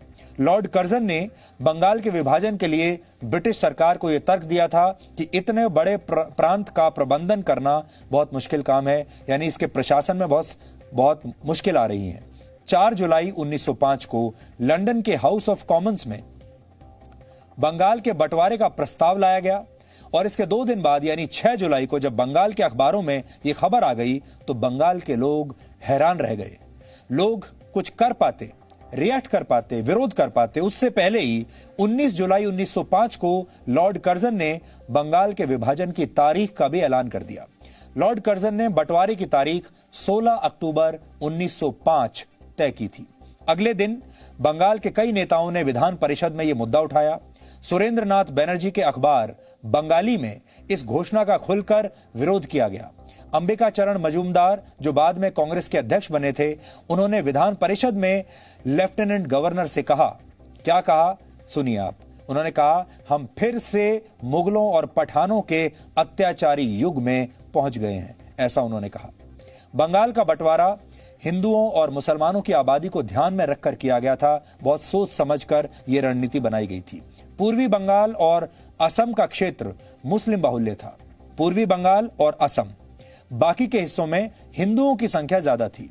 अंग्रेजों की इस डिवाइड एंड रूल पॉलिसी का तीर बिल्कुल सही निशाने पर लगा। जिस पूर्वी बंगाल में मुस्लिम आबादी ज्यादा थी, वहां फैसले का विरोध ना के बराबर हुआ, कोई विरोध ही नहीं हुआ। लेकिन देश के बाकी हिस्सों में इस फैसले का जोरदार विरोध हुआ।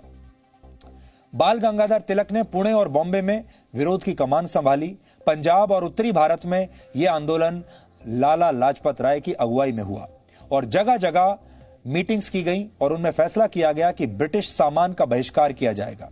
जैसे आज हम चीन में बने सामान का बहिष्कार कर रहे हैं, यह फॉर्मूला आज का नहीं है। उस समय भी पूरा भारत एक साथ इकट्ठा होकर खड़ा हो गया था और यह तय किया था भारत ने कि हम ब्रिटेन में बने सामान का बहिष्कार करेंगे, यानी आर्थिक रूप से उनकी कमर तोड़ देंगे। कलकत्ता में सुरेंद्रनाथ बनर्जी ने ब्रिटेन के लिवरपूल से आने वाले नमक का बहिष्कार करने का ऐलान किया। बंकिम चंद्र चटर्जी का गीत वंदे मातरम जन जन की आवाज बन गया। देशव्यापी आंदोलन के दबाव में ब्रिटिश हुकूमत को अपना यह फैसला बदलना पड़ा। 6 साल के बाद यानी 1911 में ब्रिटिश हुकूमत को बंगाल के इस विभाजन का फैसला वापस लेना पड़ा और बंगाल फिर से एक हो गया। लेकिन तब तक बहुत देर हो चुकी थी। हिंदू और मुसलमानों को बांटने में अंग्रेज तब तक सफल हो चुके थे। देश की आजादी का आंदोलन जो कभी उस समय तक एकजुटता के साथ लड़ा जा रहा था, उसमें मुस्लिम लीग की एंट्री यहीं से हुई। बंगाल विभाजन के बाद पूर्वी बंगाल की राजधानी ढाका बनी थी। 30 दिसंबर 1906 को ढाका में ऑल इंडिया मुस्लिम लीग की स्थापना हुई। इसी मुस्लिम लीग ने आगे चलकर मुसलमानों के लिए धर्म के नाम पर अलग देश की मांग की, जो बाद में पाकिस्तान बना। 1905 का वो भारत जिसे महात्मा गांधी से पहले का भारत कहा जाता है, क्योंकि तब तक महात्मा गांधी की एंट्री हुई नहीं थी। उस समय यदि बंगाल का विभाजन नहीं होता तो महात्मा गांधी के आजादी के आंदोलनों के लिए इतनी बड़ी जमीन नहीं बनती। बंग भंग नहीं होता तो मुस्लिम लीग नहीं बनती। पाकिस्तान बनने की नींव भी इसी बंगाल विभाजन के साथ पड़ी। यदि बंगाल नहीं बंटता तो राजधानी कलकत्ता से दिल्ली शिफ्ट नहीं होती और ना ही नई दिल्ली तब बसती। वही दिल्ली जिसे हम लटियंस की दिल्ली कहते हैं, यह दिल्ली भी शायद तब ना होती। वर्ष 1905 के बंगाल विभाजन ने स्वदेशी आंदोलन को देशव्यापी स्वरूप दे दिया। वंदे मातरम आजादी के आंदोलन का सबसे बड़ा नारा बन गया। बंगाल विभाजन के बाद देश में अंग्रेजों के खिलाफ जबरदस्त मुहिम का जो माहौल बना, उसने वंदे मातरम को आजादी की आवाज बना दिया। यदि बंग भंग नहीं होता तो अंग्रेजों की डिवाइड एंड रूल पॉलिसी देश में कभी आगे नहीं बढ़ती, या क्योंकि वो फेल हो जाती या फिर वो शुरू ही नहीं होती। अगर बंगाल का बंटवारा ना हुआ होता तो शायद आज आप अखंड भारत में रह रहे होते, जो बहुत सारे लोगों का आज भी सपना है। ब्रिटिश सरकार ने वर्ष 1911 में बंगाल के विभाजन को रद्द तो कर दिया था, लेकिन तब तक हिंदू और मुसलमानों के बीच एक बहुत बड़ी खाई पैदा हो चुकी थी, जो उसके बाद भरी नहीं गई। तो आज का दिन बहुत महत्वपूर्ण है। आप इस घटना को भूलिएगा मत और आज आपके आसपास जो कुछ भी हो रहा है, चाहे वो पाकिस्तान का निर्माण को आप देखते हैं, चाहे वो हिंदू मुसलमानों के बीच में एक खाई को आप देखते हैं और बहुत सारी चीजों को देखते हैं, ये इतिहास का एक बहुत बड़ा टर्निंग पॉइंट था। अगर ये घटना ना हुई होती तो बहुत सारी चीज ना हुई होती। कोरोना काल में हुई NEET यानी national eligibility cum entrance test की परीक्षा का परिणाम आज आ गया है। नीट की परीक्षा की बात कर रहे हैं हम। ये वही परीक्षा है जिसके आयोजन पर हमारे देश के कुछ लोगों ने बड़े बड़े सवाल उठाए थे, एक नकली आंदोलन खड़ा कर दिया था और इसे रुकवाने के लिए हमारे देश के कुछ लोग सुप्रीम कोर्ट तक चले गए थे। परीक्षा में पास होने वाले सभी छात्रों को आज हम बहुत बहुत बधाई और शुभकामनाएं देना चाहते हैं और हम आपको ये बताना चाहते हैं कि इन छात्रों का जो करियर आज से बनेगा वो इसलिए बनेगा क्योंकि ये परीक्षाएं ठीक समय पर हो पाई और बहुत सारे लोग थे जो ये चाहते थे कि ये परीक्षाएं ना हो। उन सारे लोगों की हार हुई और आज इन बच्चों की, इन छात्रों की बहुत बड़ी जीत हुई है। आज DNA की शुरुआत में हमने आपको बताया सदर बाजार में लोग कैसे भीड़ भाड़ लगाकर बड़ी संख्या में, एक बार फिर से आप चाहें तो मैं दिखा सकता हूं, सदर बाजार की तस्वीर देखिए कैसे लोग खरीदारी कर रहे हैं। किसी को सोशल डिस्टेंसिंग की चिंता नहीं।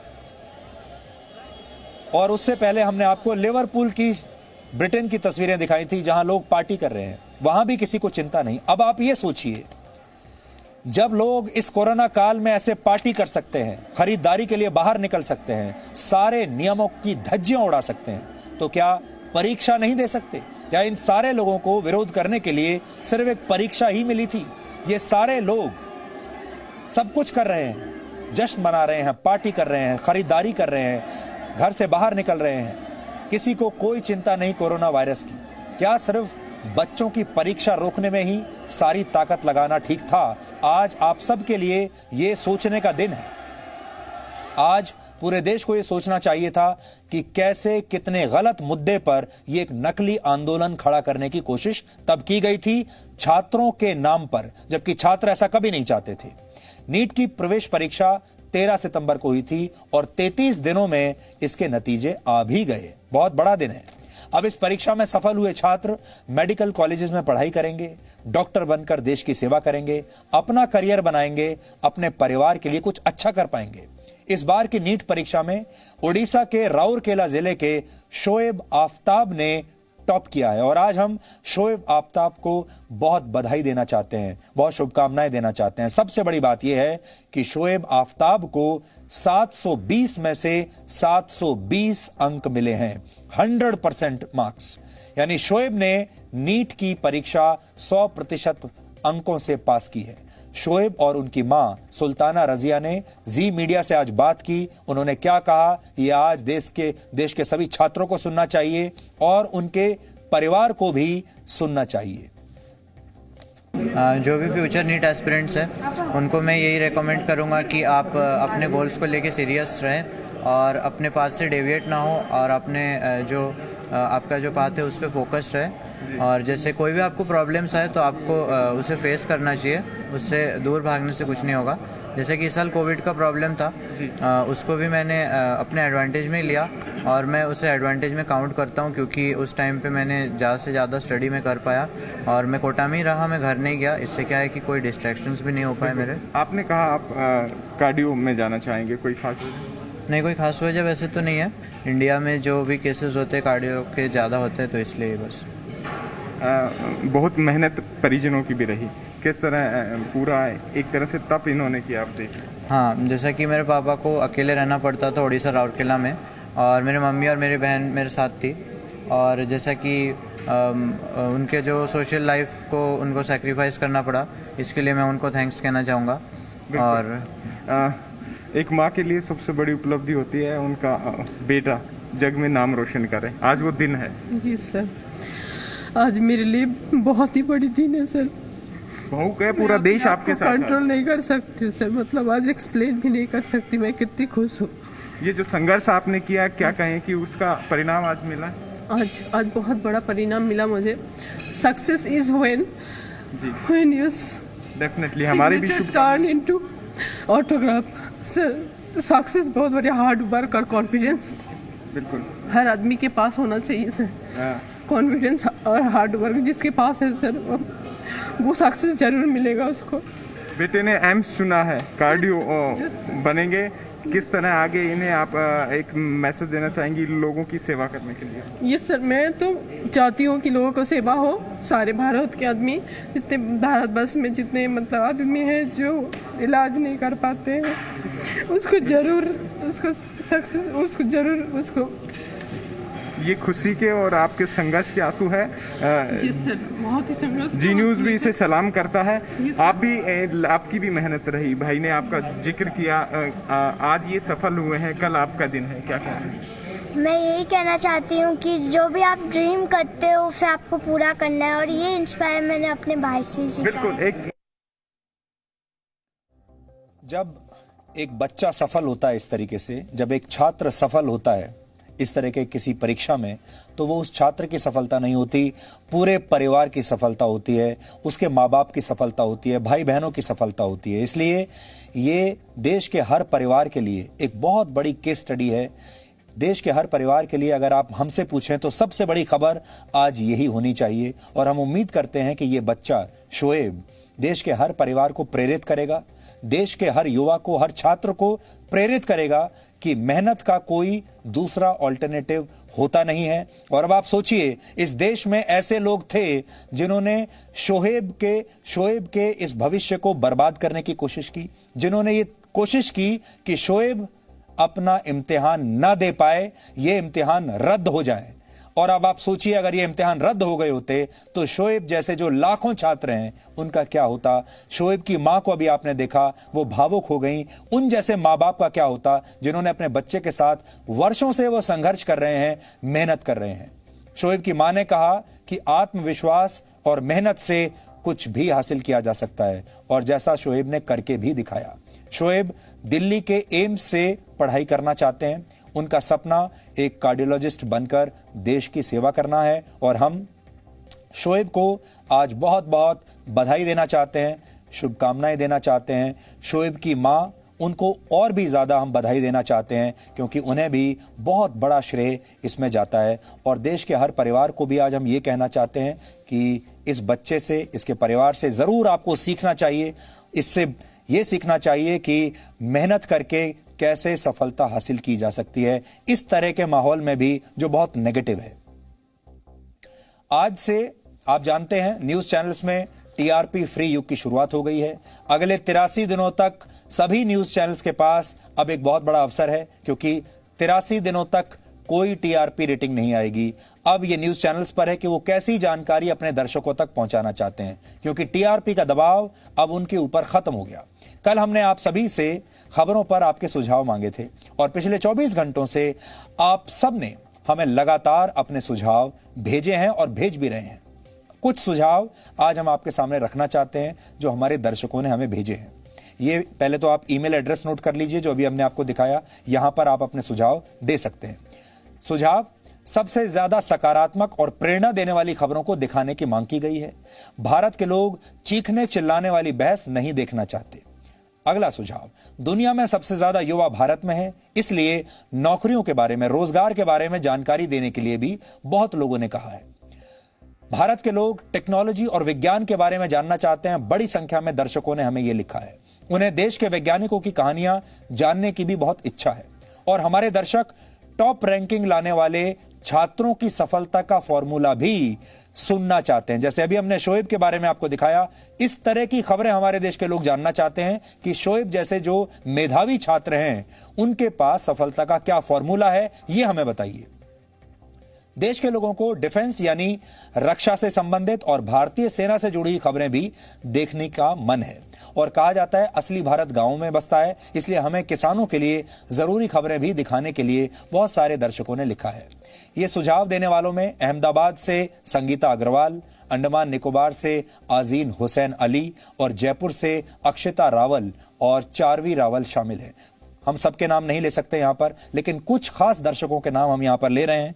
आगे भी हमारी कोशिश रहेगी कि जब आप हमें लिखते रहेंगे, आप में से जिनके सुझाव सबसे अच्छे होंगे हम उनका नाम बाकी के लोगों के साथ शेयर करेंगे। सबके नाम दिखाना इस समय संभव नहीं है क्योंकि समय कम है, लिस्ट बहुत लंबी थी, लेकिन हम आपकी बातें और आपके सुझाव देश के साथ शेयर करेंगे, उन पर अमल करेंगे, और यकीन मानिए आपके सुझाव इस समय हमारे लिए बहुत महत्वपूर्ण है। आपने गौर किया होगा हमारी आज की डीएनए की जो थाली थी वो आपकी पसंद पर ही आधारित थी, आपकी फीडबैक पर आधारित थी। हमने आपको स्वास्थ्य के बारे में जानकारी दी, आपको काऊ कडलिंग जैसी पॉजिटिव खबरें दिखाई, हमने ग्रामीण भारत की थाली के बारे में आपको बताया, हमने एक मेधावी छात्र से आपको मिलवाया, और हम कोशिश करेंगे कि जी न्यूज पर आपके जीवन से जुड़े मुद्दों को ज्यादा से ज्यादा जगह मिले। अगर आप भी चाहते हैं कि हम अपने आप में कोई बदलाव करें तो आप हमें इस बारे में इस ईमेल एड्रेस पर लगातार लिखते रहिए, और आपकी स्क्रीन पर ये ईमेल एड्रेस है। इसके अलावा आप ट्विटर पर हमें लिख सकते हैं, फेसबुक पर भी हमें लिख सकते हैं। आप सबको पता है ट्विटर पर और फेसबुक पर हमारा जो हैंडल है, हमारा आईडी क्या है। अब आखिर में आज का सवाल, आज आपको यह बताना है कि पाकिस्तान के उस प्रधानमंत्री का नाम क्या है जो भारत की अंतरिम सरकार में वित्त मंत्री थे। आप रिसर्च कीजिए और ब्रेक के बाद हम आपको इस बहुत ही दिलचस्प सवाल का जवाब बताएंगे।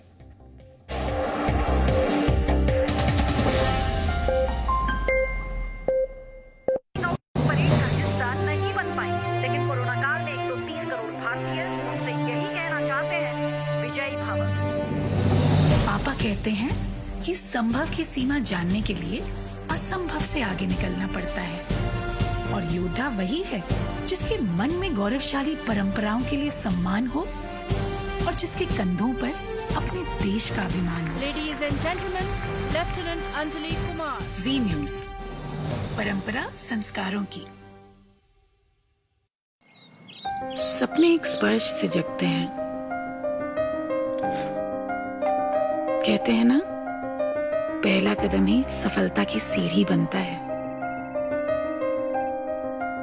Yes, I know. How can I forget that? अरे दिव्या, कितना टाइम लगेगा यार? मम्मा मेरा होमवर्क। अरे बहू, पूजा की थाली। परिवार की आशाएं बेड़ियां बनेंगी या पंख, चुनना आपको है। समय की धड़कन नहीं बदलती, समय के साथ हम बदलते हैं।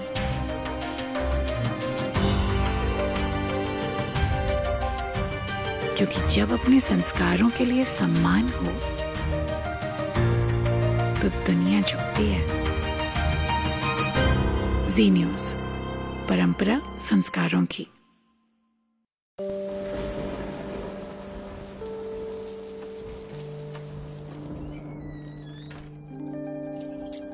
ये मेरे पापा हैं।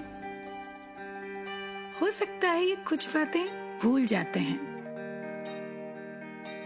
लेकिन मुझसे जुड़ी हर यादें मन की परतों में ठीक वैसे ही सजा रखी हैं जैसे इस अलमारी में कपड़ों की तह। उनके संघर्ष की धूप ने मुझे लक्ष्य पाने की सीख दी है और उनकी सांवली छाया ने माँ के संस्कार।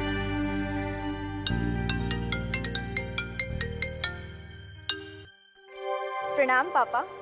जीते रहो। आज तो हाँ पता है, आज आपके लिए बहुत स्पेशल दिन है। आज मैं आपको बहुत मिस कर रही हूँ पापा। इतिहास में ऐसा पहली बार हो रहा है जब लेफ्टिनेंट के परिवार वाले पासिंग आउट परेड का हिस्सा नहीं बन पाए, लेकिन कोरोना काल में 130 करोड़ भारतीय उनसे यही कहना चाहते हैं, विजयी भव।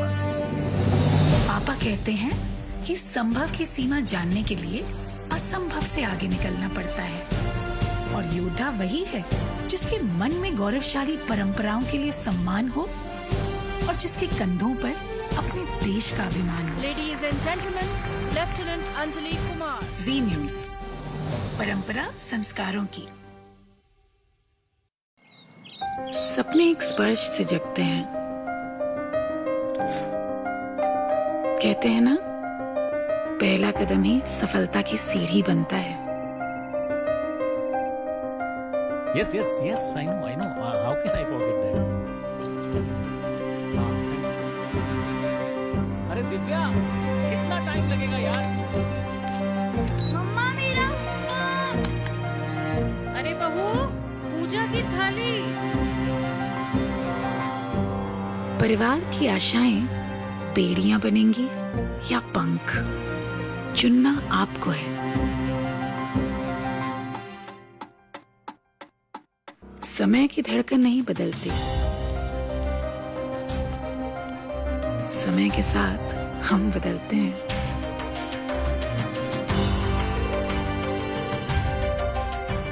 क्योंकि जब अपने संस्कारों के लिए सम्मान हो तो दुनिया झुकती है।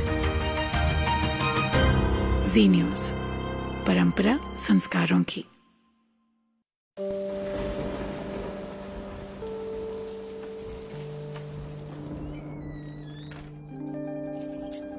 ये मेरे पापा हैं। हो सकता है ये कुछ बातें भूल जाते हैं, लेकिन मुझसे जुड़ी हर यादें मन की परतों में ठीक वैसे ही सजा रखी हैं जैसे इस अलमारी में कपड़ों की तह। उनके संघर्ष की धूप ने मुझे लक्ष्य पाने की सीख दी है और उनकी सांवली छाया ने माँ के संस्कार।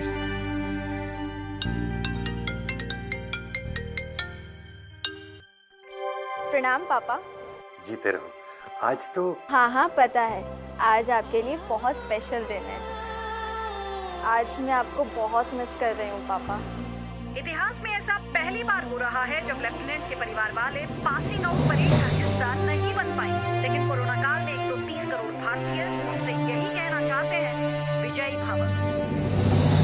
कहते हैं कि संभव की सीमा जानने के लिए असंभव से आगे निकलना पड़ता है और योद्धा वही है जिसके मन में गौरवशाली परंपराओं के लिए सम्मान हो और जिसके कंधों पर अपने देश का अभिमान हो। Ladies and gentleman, lieutenant Anjali Kumar. Zee News, परंपरा संस्कारों की। सपने एक स्पर्श से जगते हैं। कहते हैं ना, पहला कदम ही सफलता की सीढ़ी बनता है। Yes, yes, yes. I know. How can I forget that? अरे दिव्या, कितना टाइम लगेगा यार? मम्मा मेरा अरे बहू, पूजा की थाली। परिवार की आशाएं बेड़ियां बनेंगी या पंख, चुनना आपको है। समय की धड़कन नहीं बदलती, समय के साथ हम बदलते हैं।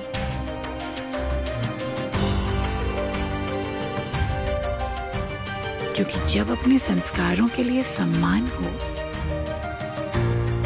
तो दुनिया झुकती है। जी न्यूज, परंपरा संस्कारों की।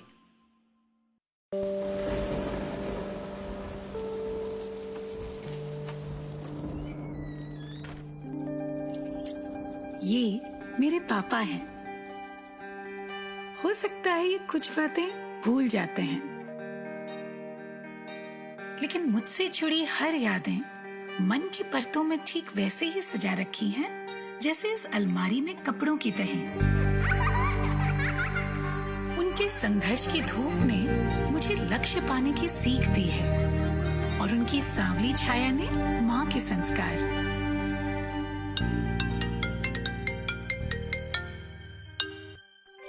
प्रणाम पापा। जीते रहो।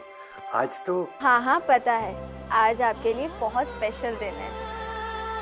आज मैं आपको बहुत मिस कर रही हूँ पापा। इतिहास में ऐसा पहली बार हो रहा है जब लेफ्टिनेंट के परिवार वाले पासिंग आउट परेड का हिस्सा नहीं बन पाए, लेकिन कोरोना काल में 130 करोड़ भारतीय उनसे यही कहना चाहते हैं, विजयी भव। पापा कहते हैं कि संभव की सीमा जानने के लिए असंभव से आगे निकलना पड़ता है और योद्धा वही है जिसके मन में गौरवशाली परंपराओं के लिए सम्मान हो और जिसके कंधों पर अपने देश का अभिमान हो। Ladies and gentleman, lieutenant Anjali Kumar. Zee News, परंपरा संस्कारों की। सपने एक स्पर्श से जगते हैं। कहते हैं ना, पहला कदम ही सफलता की सीढ़ी बनता है। Yes, I know. How can I forget that? अरे दिव्या, कितना टाइम लगेगा यार? मम्मा मेरा अरे बहू, पूजा की थाली। परिवार की आशाएं बेड़ियां बनेंगी या पंख, चुनना आपको है। समय की धड़कन नहीं बदलती, समय के साथ हम बदलते हैं।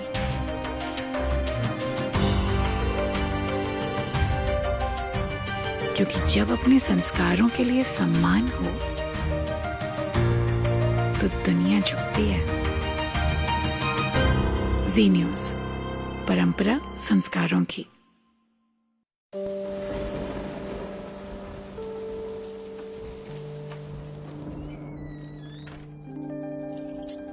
ये मेरे पापा हैं।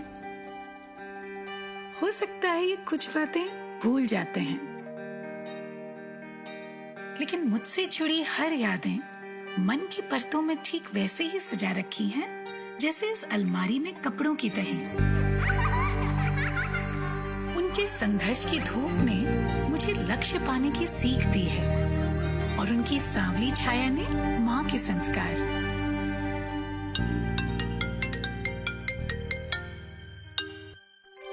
प्रणाम पापा। जीते रहो। आज तो हाँ पता है, आज आपके लिए बहुत स्पेशल दिन है। आज मैं आपको बहुत मिस कर रही हूँ पापा। इतिहास में ऐसा पहली बार हो रहा है जब लेफ्टिनेंट के परिवार वाले पासिंग आउट परेड का हिस्सा नहीं बन पाए, लेकिन कोरोना काल में 130 करोड़ भारतीय उनसे यही कहना चाहते हैं, विजयी भव।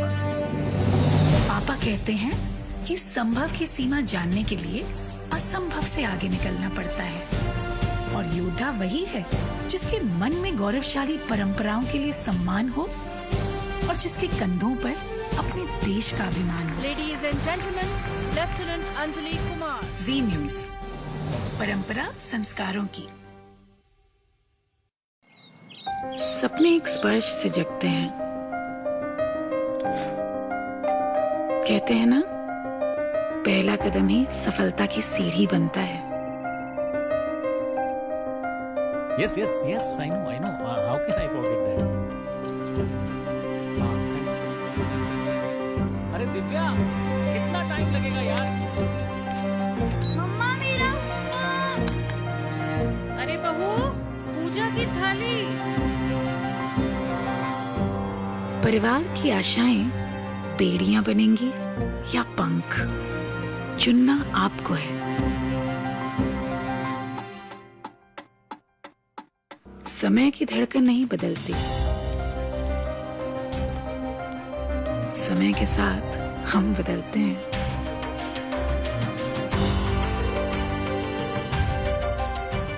क्योंकि जब अपने संस्कारों के लिए सम्मान हो तो दुनिया झुकती है।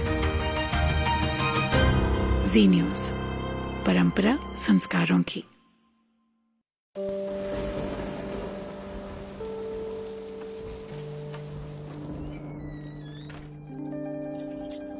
ये मेरे पापा हैं। हो सकता है ये कुछ बातें भूल जाते हैं।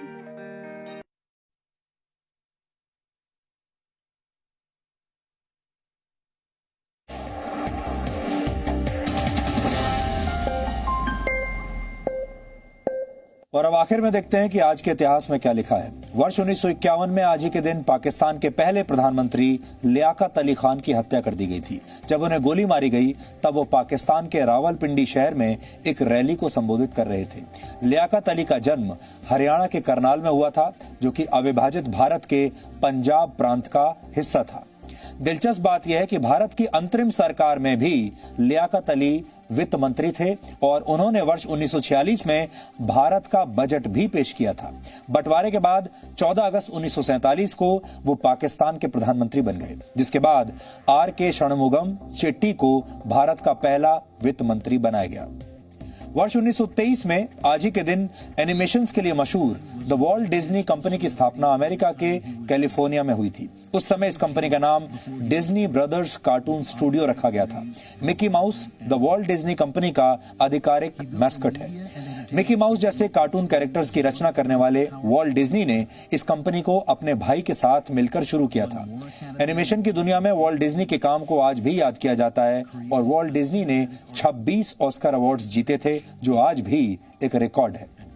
वर्ष 1854 में आज ही के दिन जाने माने लेखक ऑस्कर वाइल्ड का जन्म आयरलैंड की राजधानी डबलिन में हुआ था। उन्होंने मशहूर नाटक the importance of being Earnest और उपन्यास the picture of Dorian Gray की रचना की थी। वो अपने शानदार व्यंग्यात्मक अंदाज के लिए जाने जाते थे। हालांकि उन्हें समलैंगिक होने की वजह से जेल में भी बंद कर दिया गया था। और जैसा कि हमने आपको बताया, वर्ष 1905 में आज ही के दिन बंगाल राज्य का विभाजन हुआ था। अंग्रेजों ने बंगाल को धर्म के आधार पर पूर्व और पश्चिम बंगाल में विभाजित कर दिया था।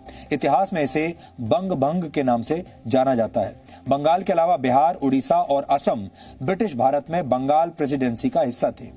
तत्कालीन वाइसरॉय लॉर्ड कर्जन ने जब विभाजन की घोषणा की थी तब पश्चिम बंगाल के साथ बिहार और उड़ीसा को रखा गया था, जबकि पूर्वी बंगाल में बांग्लादेश और असम को शामिल किया गया था। पूरे देश में इस फैसले का विरोध हुआ, जिसके बाद वर्ष 1911 में बंगाल के इस बंटवारे को रद्द कर दिया गया था। और जैसा हम आपको आज ये भी बता चुके हैं कि आज वर्ल्ड फूड डे यानी विश्व खाद्य दिवस है। वर्ष 1945 में आज ही के दिन संयुक्त राष्ट्र के फूड एंड एग्रीकल्चर ऑर्गेनाइजेशन की स्थापना हुई थी। इस दिन को मनाने का मकसद है दुनिया को भूख और कुपोषण से मुक्ति दिलाना। भारत में अन्न को भगवान कहा जाता है, लेकिन अक्सर अनजाने में या जानबूझकर इस भगवान का अपमान होता रहता है। एक रिपोर्ट के मुताबिक भारत में हर रात 19 करोड़ लोग भूखे सोते हैं, जबकि भारत में पैदा होने वाला 40% भोजन बर्बाद हो जाता है। आज से आप चाहें तो अपने घर में बचे हुए खाने को किसी जरूरतमंद तक पहुंचाने की शुरुआत कर सकते हैं। आपकी ये छोटी सी कोशिश भूख से तड़पते किसी व्यक्ति को भोजन का सुख दे सकती है। तो डीएनए में आज इतना ही। अब आपसे हमारी मुलाकात होगी कल रात 9 बजे। तब तक आप खुश रहिए, सुरक्षित रहिए, स्वस्थ रहिए। और आप जैसा अन्न खाते हैं आपका शरीर भी वैसा ही हो जाता है, और आप जैसी खबरें देखते हैं आपका मन भी वैसा ही हो जाता है। इसलिए स्वस्थ भोजन कीजिए और स्वस्थ खबरें देखिए। नमस्कार।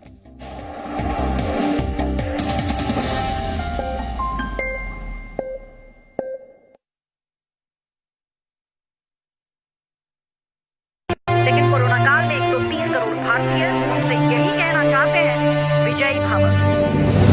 पापा कहते हैं कि संभव की सीमा जानने के लिए असंभव से आगे निकलना पड़ता है, और योद्धा वही है जिसके मन में गौरवशाली परंपराओं के लिए सम्मान हो और जिसके कंधों पर अपने देश का अभिमान हो। Ladies and gentleman, lieutenant Anjali Kumar. Zee News, परंपरा संस्कारों की। तो अर्ज किया है कि मेरे सामने अच्छे अच्छे क्रिकेट एक्सपर्ट्स ने पानी भरा है, क्योंकि मोहल्ले का सरकारी नल मेरे घर के सामने गड़ा है। नमस्ते जी, मैं बहुआ बोल रहा हूँ। कैसे हैं आप लोग? देखिएगा जरूर जी न्यूज पर।